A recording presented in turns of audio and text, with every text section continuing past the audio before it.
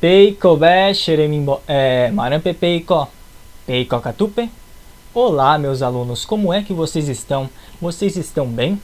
Sejam bem-vindos à primeira aula do primeiro módulo do nosso curso online de Tupi Antigo. E para começar, eu já vou logo ensinando uma saudação para vocês. Isso mesmo, uma saudação em Tupi Antigo. Vejam essa palavrinha logo aí em cima no nosso slide, essa palavrinha em Tupi. Ela se pronuncia assim. Peyurupe, peyurupe, peyurupe. Significa, vocês vieram? É uma pergunta, vocês vieram? Essa era uma forma muito comum de se saudar pessoas em Tupi Antigo. Imagine a seguinte cena, você está na sua casa e de repente amigos seus batem na sua porta para te visitar. Como que você vai saudar os seus amigos em Tupi? Esses seus amigos que estão vindo te visitar. Você pode saudar eles em Tupi Antigo dessa forma. Peyurupe, vocês vieram? Né? Perguntando, vocês vieram? Peyurupe. Essa era uma forma muito comum de se saudar aquelas pessoas que vinham de fora para te visitar, para visitar a aldeia onde você morava em Tupi Antigo. Entenderam? Agora vamos para o ponto central da nossa aula, para o tema central, que é o seguinte: afinal de contas, o que é Tupi Antigo? Afinal de contas, o que é essa língua tupi? Para a gente entender isso, a gente precisa começar entendendo a seguinte ideia. O tupi antigo, que a gente vai estudar aqui, faz parte do tronco tupi. O que é o tronco tupi? O tronco tupi é um tronco linguístico. E um tronco linguístico é um conjunto de várias famílias linguísticas. E dentro de cada família existem línguas. São as línguas que juntas formam uma família, e aí as famílias, várias famílias, juntas formam um tronco. Então temos aí nessa imagem o tronco tupi. E aí temos várias famílias, reparem. Família Ariquém, família Juruna, família Mondé, família Munduruku e assim por diante. E aí depois embaixo nós temos as línguas que pertencem a cada uma dessas famílias. Certo? Qual família que a gente vai estudar agora? De qual família dentro do tronco tupi que o tupi antigo faz parte? Faz parte dessa famíliazinha aí circulada no canto direito. Família Tupi-Guarani. É nela que a gente vai se aprofundar agora. Aqui. Essa é a família Tupi-Guarani. O tupi está bem ali circulado, naquela parte quase no meio, é o Tupinambá. Ah, mas Matheus, por que não está escrito Tupi Antigo? Por que está escrito Tupinambá? É porque no meio acadêmico é comum você encontrar material se referindo ao Tupi Antigo como Tupinambá às vezes, como sinônimos, Tupi Antigo e Tupinambá, certo? Sinônimos. Só que eu particularmente evito usar o nome Tupinambá para se referir ao idioma Tupi Antigo, porque Tupinambá eram apenas um dos povos que falavam Tupi Antigo, certo? Vários outros povos também falavam Tupi Antigo, como a gente vai ver mais pra frente nos próximos slides. Então, quando você chama o idioma pelo nome de um único povo, desconsiderando os outros povos, né, que também falavam, eu acho um pouco problemática essa visão. E também desconsidero o fato de que esses povos diferentes que falavam essa língua comum, muitas vezes eram inimigos também entre si, certo? Mas, só para vocês entenderem, então, o Tupinambá ali representa o Tupi Antigo. E aqui, do lado do Tupinambá, são as várias línguas que fazem parte da mesma família que o Tupinambá, que o Tupi Antigo, né, como a gente vai se referir nesse curso. Só a título de curiosidade, vocês podem ver aí, ó, o Yandeva, o Kaiowá, o Guarani Paraguai, o Induá, o que mais? Temos o Cocama, o Maguá, todas essas línguas são parentes do Tupi Antigo, correto? Entenderam? Depois de termos entendido isso, vamos então ver quais povos falavam o Tupi Antigo originalmente, né, no período pré-cabralino. Temos aqui esse mapa da presença indígena na costa do que viria a ser o Brasil e também um pouco do Uruguai. Vamos analisar um povo de cada vez para ver quais povos aí falavam tupi e quais não falavam, só para vocês terem ideia, para vocês não ficarem perdidos. Começando lá do norte, lá de cima, da parte de cima da imagem, temos o povo Tupinambá. Tupinambá. Esse povo falava tupi antigo, ok? Depois temos os Tremembé. Os Tremembé não falavam tupi antigo, eles eram outro povo, diferente. Não falavam a língua tupi e não eram da etnia tupi também. Depois temos os Potiguara, um pouco mais para baixo. Os Potiguara falavam tupi, eram da etnia tupi. E são da etnia tupi. Depois temos os Tabajara, falavam tupi antigo também, correto? Depois temos os Caeté, também falavam tupi antigo. Depois temos Tupinambá, novamente, né, um ramo separado ali. Tem os Tupinambá em cima e depois temos aí embaixo dos Caeté Tupinambá novamente. Esses Tupinambá também falavam tupi. Aí temos os Tupiniquim, um pouco mais abaixo dos Tupinambá, também falavam tupi antigo. Os Tupiniquim, inclusive, foram o primeiro povo com o qual os portugueses tiveram contato, né, na chegada ali de Cabral, em 1500, foi o primeiro povo que eles tiveram contato. Aí, logo abaixo dos Tupiniquim, temos os Aimoré. Os Aimoré são um povo diferente, não falavam tupi antigo, são de outra etnia. Aí para baixo temos os Goitacá, esses também não falavam tupi antigo, correto? E aí depois temos os Temiminó, esses já falavam tupi antigo. Depois novamente temos Tupiniquim, de novo, aí já no litoral sul de São Paulo, do Paraná ali, também tínhamos os Tupiniquim, que falavam tupi antigo também, certo? Ali, só para ficar claro, é um ramo diferente dos Tupiniquim lá da Bahia. Eu acabei de mostrar para vocês os Tupiniquim ali da Bahia, né, do sul da Bahia, onde Cabral aportou, e tínhamos Tupiniquim ali embaixo também na parte do litoral mais ou menos do sul de São Paulo, litoral do norte do Paraná mais ou menos. E depois, já no sul ali, temos os Carijó Guarani.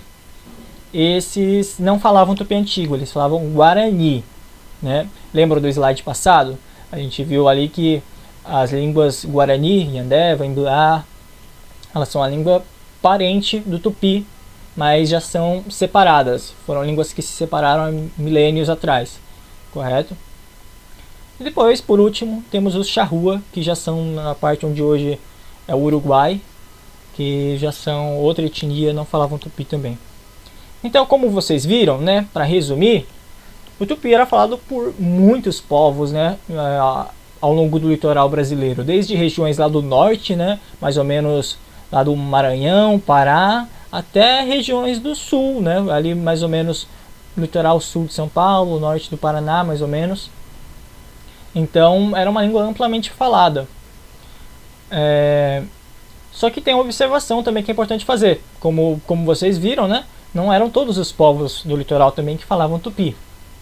Tinham, né, várias exceções, né, como os Tremembé, os Aimoré, os Goitacá, certo?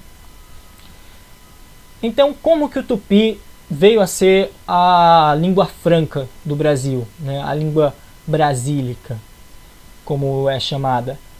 Foi porque quando os portugueses tiveram contato com essa língua ali no litoral do sul baiano, né, pela primeira vez, depois no litoral de São Paulo também, em vários outros pontos, eles perceberam que era a língua mais utilizada pelo litoral, né, e acabaram aprenderam essa língua e acabaram levando para o interior. E aí tiveram contato com povos que não falavam essa língua e acabaram levando o tupi para povos que não falavam essa língua anteriormente. E aí acabou que o tupi passou a se tornar uma língua franca, né, uma língua de contato ali de diferentes povos. Indo para o próximo ponto, como sabemos desse idioma? Como a gente sabe de tudo isso, né? Como que a gente sabe dessa história do tupi, da gramática do tupi? Então, a gente sabe por causa dos registros, os registros históricos. Por exemplo, temos aí a gramática de José de Anchieta, arte da gramática da língua mais usada da costa do Brasil, publicada no ano de 1595. Mas vocês podem estar se perguntando, mas é só isso? Esse é o único registro que a gente tem? Não, a gente tem mais registros. Por exemplo, logo depois temos a gramática de Luiz Figueira, Arte de Gramática da Língua Brasílica. No ano, essa que está na imagem para vocês, publicada no ano de 1687, ou seja, quase 100 anos depois de Anchieta. Agora eu tenho uma observação a fazer para vocês. A maioria dos registros que a gente tem, a ampla maioria dos registros de Tupi Antigo, foram feitos pelos portugueses, pelos jesuítas, pela visão colonial, vamos dizer assim.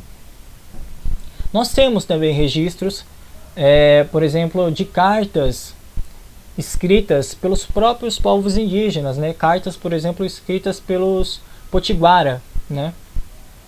Lá no século, mais ou menos na mesma época dessa gramática, lá no século 17.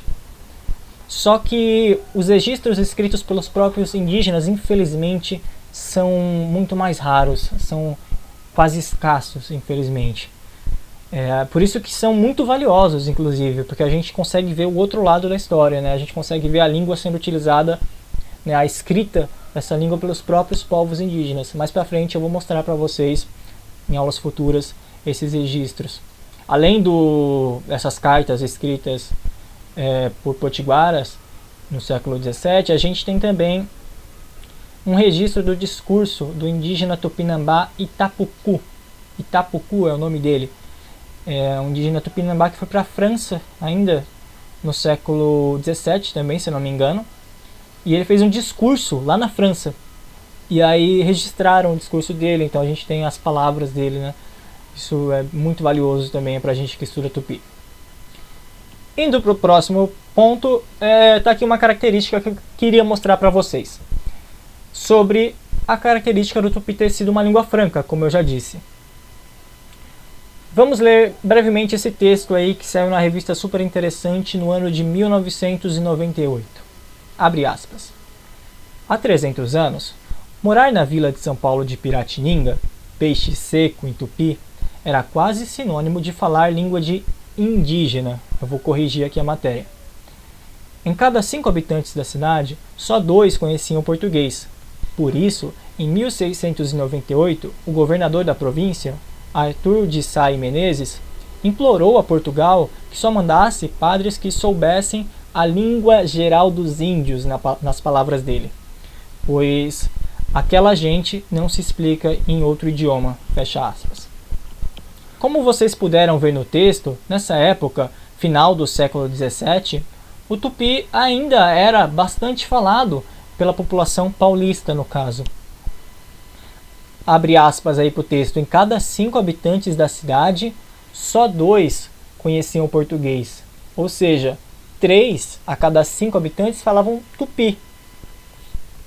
E o que acontece? Quem que eram esses 2 habitantes em cada 5 que falavam português? Geralmente, esses eram os habitantes relacionados às classes mais altas, à elite, à governança da província. Entenderam?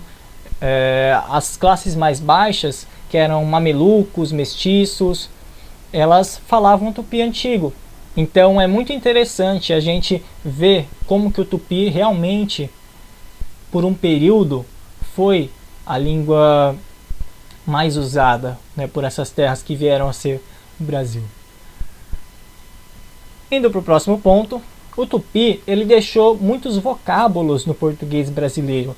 Devido a esse fato de ter sido usado durante muito tempo como língua franca, a sua marca no português acabou se perpetuando e sendo visível até hoje em nomes de animais, de frutas, nomes de comidas, de pessoas, verbos, expressões, adjetivos e até mesmo alguns advérbios. Vou dar apenas 3 exemplos aqui para vocês terem ideia. Yacaré em Tupi antigo, deu origem ao nosso jacaré. Jacaré, aí, um nome de animal que é de origem tupi. Uaputanga em tupi antigo, deu origem a pitanga. Pitanga, um nome de fruta que a gente usa até hoje. Cutuc em tupi antigo, deu origem a cutucar no português brasileiro. Cutuc, originalmente, em tupi, significava furar ou espetar. E em português brasileiro ganhou esse significado, né? De cutucar mesmo, né? Não sei nem se tem um sinônimo de origem portuguesa para essa palavra. Voltando aqui para pitanga, o nome uaputanga em tupi antigo significa fruta avermelhada. Entenderam? Uá significa fruta e putanga tem vários significados. Um deles é avermelhado. E jacaré, que deu origem a jacaré, é só o nome do animal mesmo. É só o nome, não tem nenhuma história por trás. Outra palavra que eu queria mostrar aqui para vocês é a palavra capoeira. Capoeira, que em português, né, pode ter dois significados. Pode se referir a uma espécie de vegetação, uma vegetação ali rasteira, bem assim rala, e também pode se referir a uma dança, uma luta, um jogo, né, que tem raízes africanas e que acabou se desenvolvendo aqui no Brasil com os escravizados que foram trazidos à força, os africanos escravizados que foram trazidos à força para o Brasil. Então, capoeira no português brasileiro pode se referir a essas duas coisas, só que ambas vieram do tupi antigo caapoera, que significa o que foi mata. Caá significa mata e poera é o que foi, o que deixou de ser. Caapoera, o que foi mata, o que deixou de ser mata. Entenderam? Primeiro, essa palavra deu nome à vegetação, né? Porque a capoeira é justamente isso, né? É uma vegetação rala, rasteira, como se fosse uma floresta desmatada, né? Que sobrou só uma vegetação rala. E a capoeira, o jogo, a dança, a luta, ganhou esse nome também porque ela era praticada na capoeira, que é essa vegetação, esse local, né, onde é um descampado, que era um lugar um pouco mais longe da sede da fazenda, um pouco mais afastado. Então era lá onde eles iam praticar esse jogo, essa dança, essa luta, certo? Então, por hoje é só, meus alunos. Eu espero que vocês tenham absorvido bem o conteúdo dessa aula e eu estaria aqui esperando vocês para a nossa próxima aula, onde nós vamos abordar o seguinte tema: as vogais do tupi antigo. Eu fico por aqui, mas antes de ir embora, eu vou ensinar uma saudação. Neinhandé, neinhandé. Isso é o que a pessoa que está se despedindo diz. Quem vai sair diz essa expressão, neinhandé. Quem fica não diz, mas quem vai sair diz, neinhandé.